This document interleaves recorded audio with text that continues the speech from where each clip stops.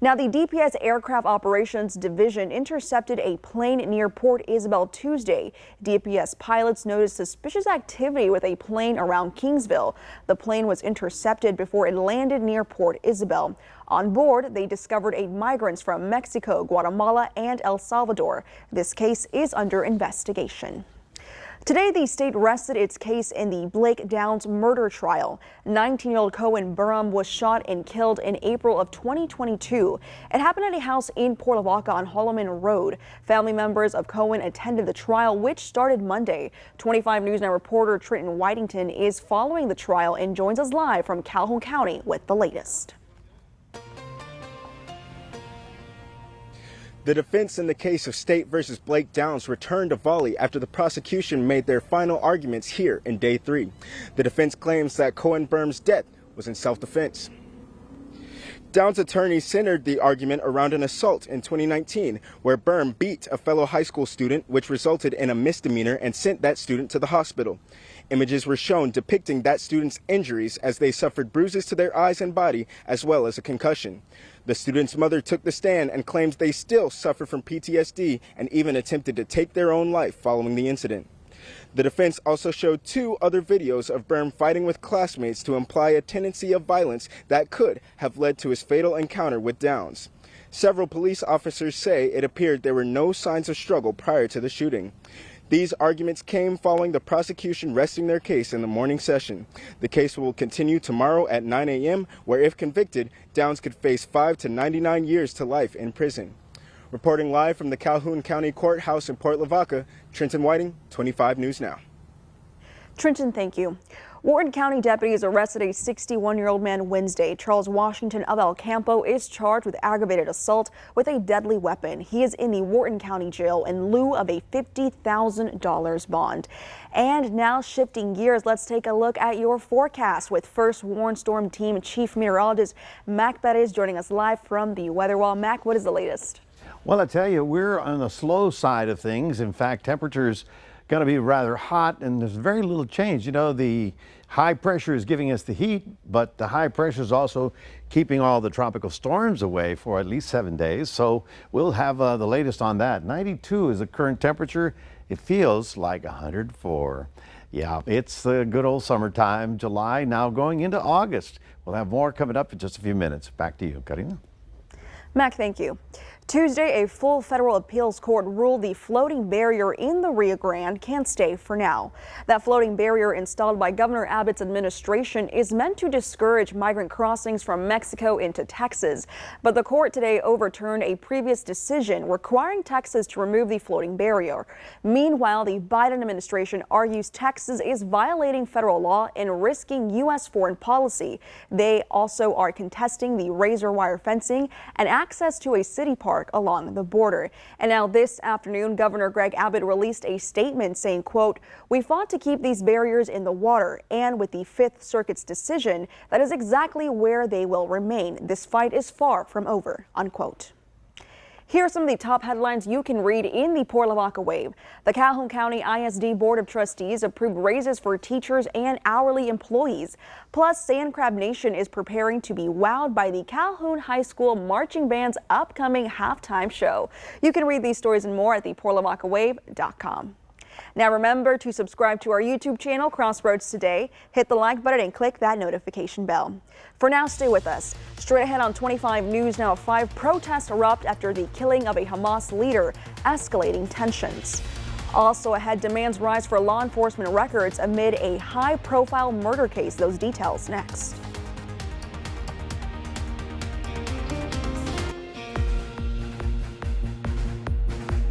Our military hero of the month is Staff Sergeant Jim Pooley. My dad came to Texas in '56 To work for Alcoa. for Alcoa. He worked for Alcoa in Mobile. Oh, And then he went to Arkansas and they opened up a new refinery in Arkansas, and then he came here when the new refinery opened up. tell me about Point Comfort back then. Point Comfort was a good little village, and I enjoyed it in Point Comfort. And graduated from Port Lavaca in '58. Then I went to Victoria College for a brief period of time. Then I decided to go on Uncle Sam. Jim's first tour took him to Germany as the Cold War was getting even colder. That's right. We had what they call the Berlin Crisis at that time. Tell us about the crisis. The Berlin Crisis is where Russia had tanks on both sides of the Autobahn going into Berlin and starving the people of rations. So we had one convoy went through there to Berlin. Then we airlifted, of course, a bunch of aides. In 1965, Vietnam was just getting going, and in those early days, the mission was about helping support the South Vietnamese in their fight against the North Viet Cong. A lot of maneuvers up and down Route 1 and 19, and I was also a demolition expert, so we had mines to clear on the roads and things of that nature. Meanwhile, the people back in the United States were turning against the war in Vietnam, and protests began to break out all over the country. Basically, I came back in Fort Lewis, Washington, and with a bray on my head, I got spit at and things of that nature. Witnessed flag being burned. But on one trip back home, Jim found comfort. Yes, he found the love of his life. And I had orders to, because I was still airborne, to go to Fort Campbell. And this is before we got married. Patricia, or Pat, I had one blind date with her before I went to Nam.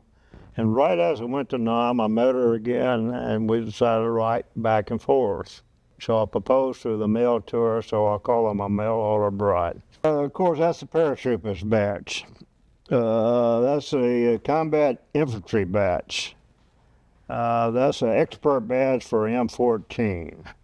All the rest of them are national medals of Vietnam. When Jim's service was over, he found his way back home, and he wound up at the Formosa plant in Point Comfort, where it all began.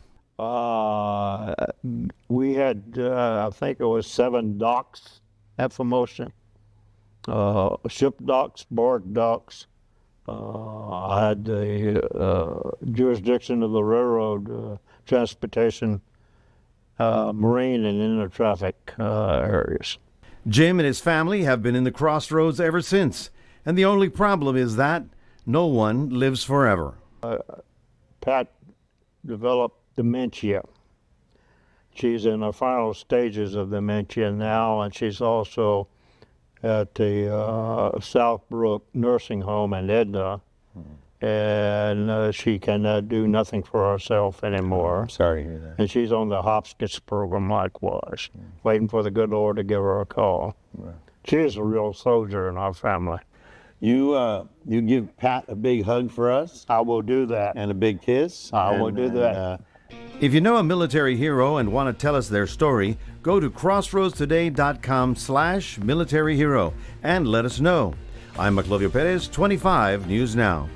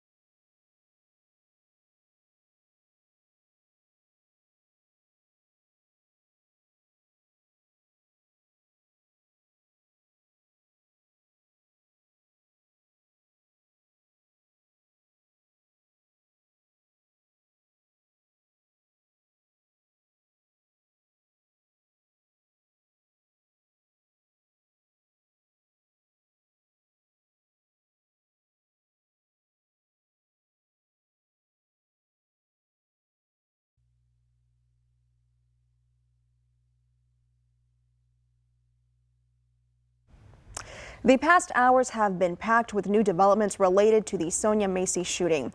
Reverend Al Sharpton is calling for the release of certain employment records. They involve when law enforcement workers change jobs, are suspended, or are terminated.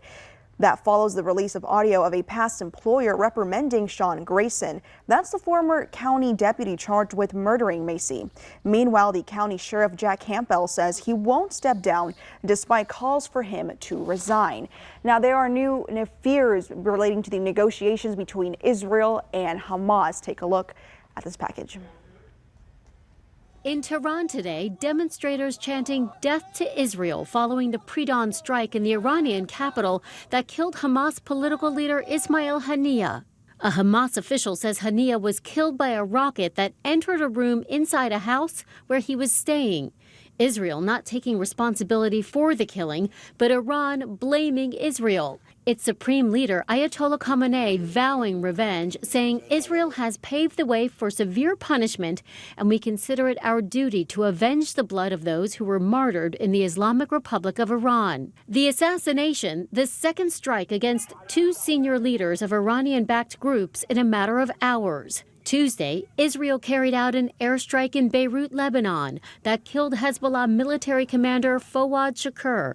Israel says this was in retaliation for a rocket attack that killed 12 children at a soccer field in the Israeli-controlled Golan Heights over the weekend. Israeli Prime Minister Benjamin Netanyahu speaking publicly today for the first time since the attacks, saying in Hebrew, since the attack in Beirut, threats have been heard from all sides and that Israel is ready and will stand united against any threat. Secretary of State Antony Blinken reacting to Haniyeh's death, saying it's something we were not aware or involved in. The White House saying it's too soon to know what impact the reports of renewed violence will have on a ceasefire deal. These reports over the last 48 hours certainly don't help with the temperature going down. All of this adds to the complicated nature of what we're trying to get done.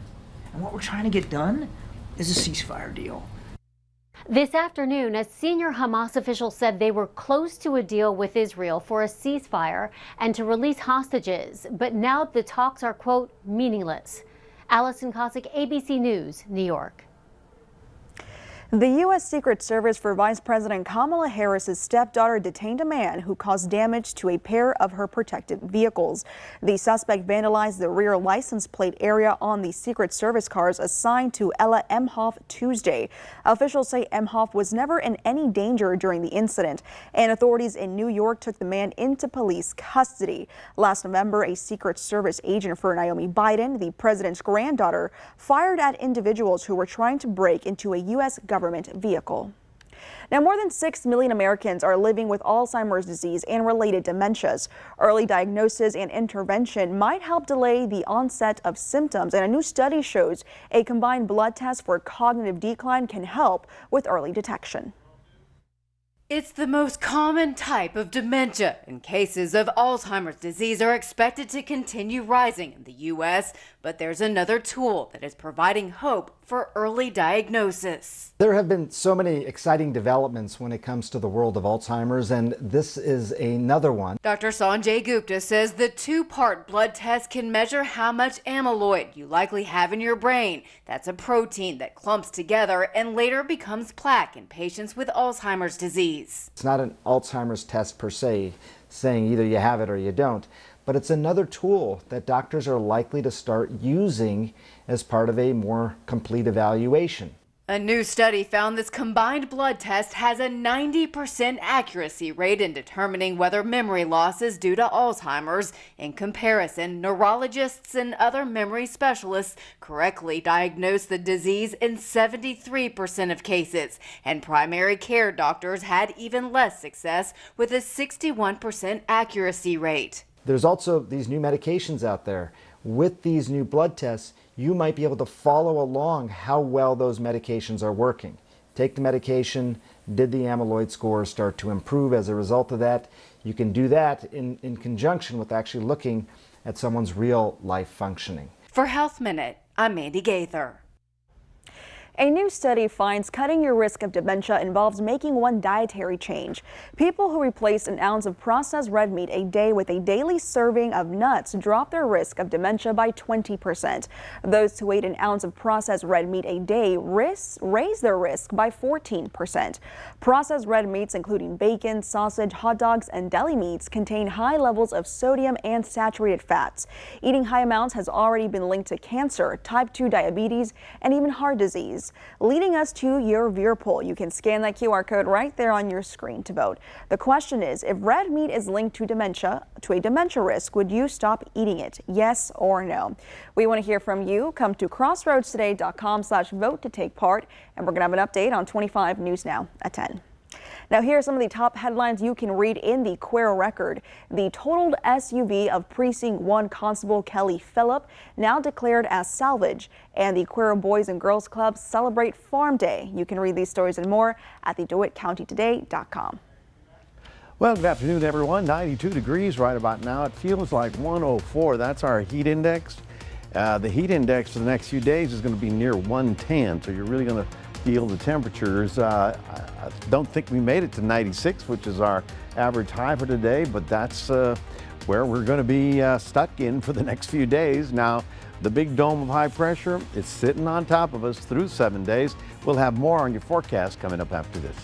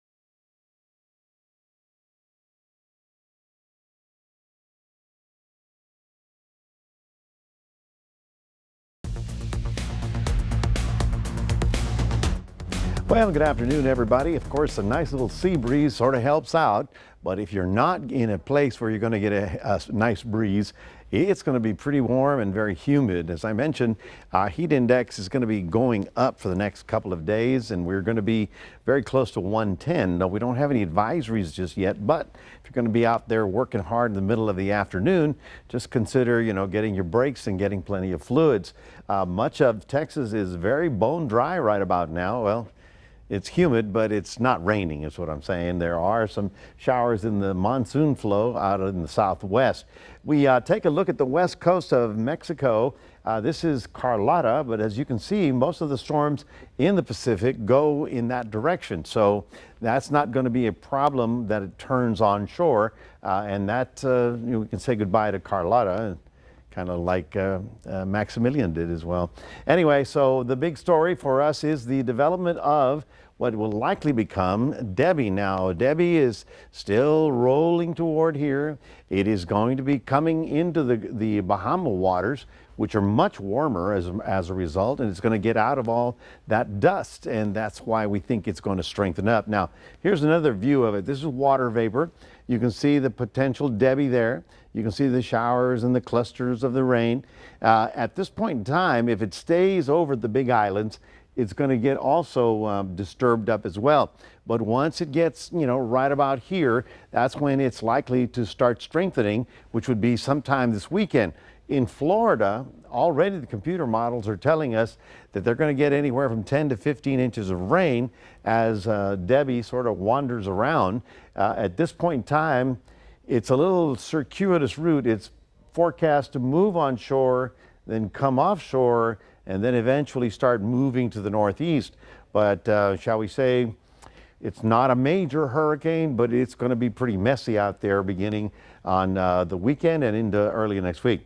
The dome of high pressure is, of course, what gives us summertime. It is definitely in control, and the edge of it right here, it's very interesting how this works out, is going to be here, and then over the weekend it's going to be out here, and that's when the storm starts to move northeast. It's going to push it along. So yeah, low pressure and high pressure cannot exist in the same place. So one will push the other one out of the way, and low pressure will follow the path of least resistance, kind of like water. That's why we don't think it's moving in our direction. Across the Atlantic, the dust, of course, was slowing a lot of this development down, but now the dust is thinning out and it goes into the Bahamas. That's where it's going to be warmer. Of course, you probably noticed how dusty it was out there. Again, this is not down at the surface, therefore I don't think you're going to have a lot of breathing problems, but if you do, then you know that the dust will affect you that way, so just keep that in mind. The country continues in the heat advisory, so while Debbie's coming is just plain old hot, temperatures in the Midwest running up into the upper 90s into 100. Tomorrow looking for 92 in Port Lavaca, looking for a 93 in Cuero, and as we get it on into the rest of the week, you can see how we're going to stay just plain old hot and humid with temperatures staying in the mid-90s. That is your 7-day forecast, reminding everybody we do have a QR code. Love for you to scan that, put Crossroads Today on your phone. And here's Karina. Thank you, Matt. Coming up next on 25 News Now 5, we're going to take a look at your stocks. Plus, Boeing names a new CEO following a $1.4 billion loss. How this engineering background is a response to staff.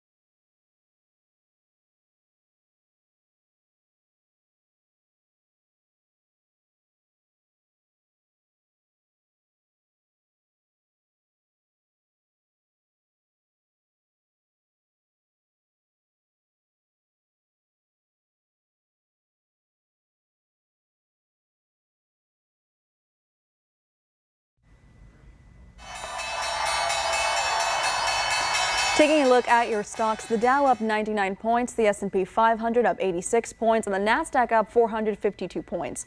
Oil up $3.18, closing at $77.91 per barrel. Boeing has named a new CEO after reporting an operating loss of $1.4 billion in their second quarter.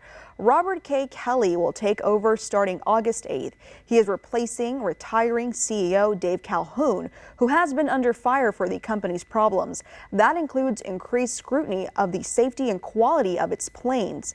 Kelly has a background as an engineer, not in finance.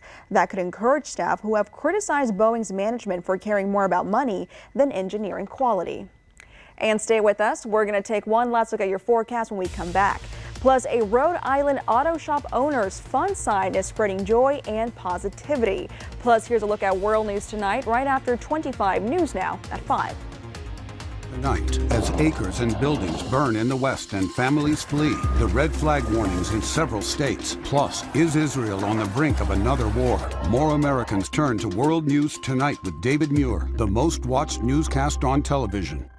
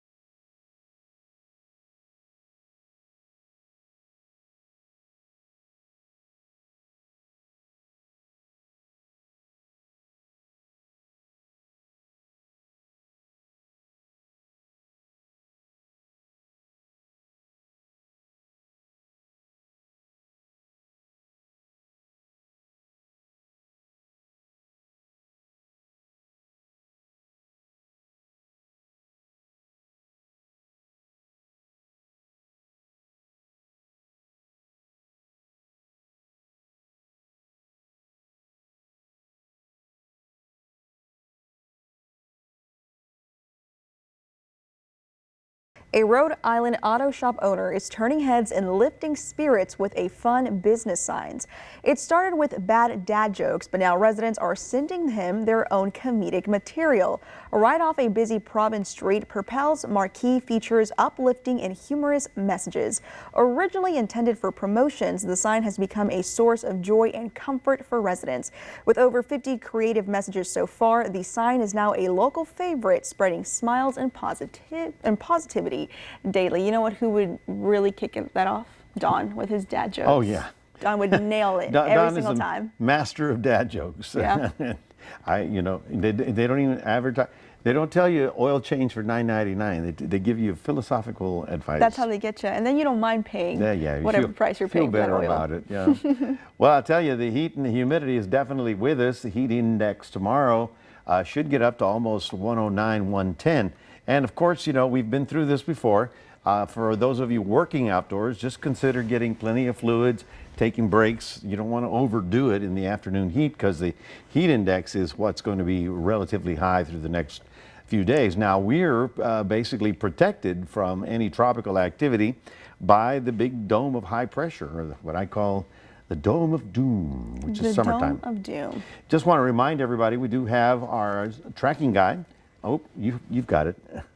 Yeah, this is our tracking guide. It has all the latest details on the evacuation routes, and it also has a list of things that you should take with you during a hurricane. Absolutely, and right now you can even start tracking Debbie, which is likely to organize over this weekend, headed toward Florida at this time. What did you call her, Little Debbie?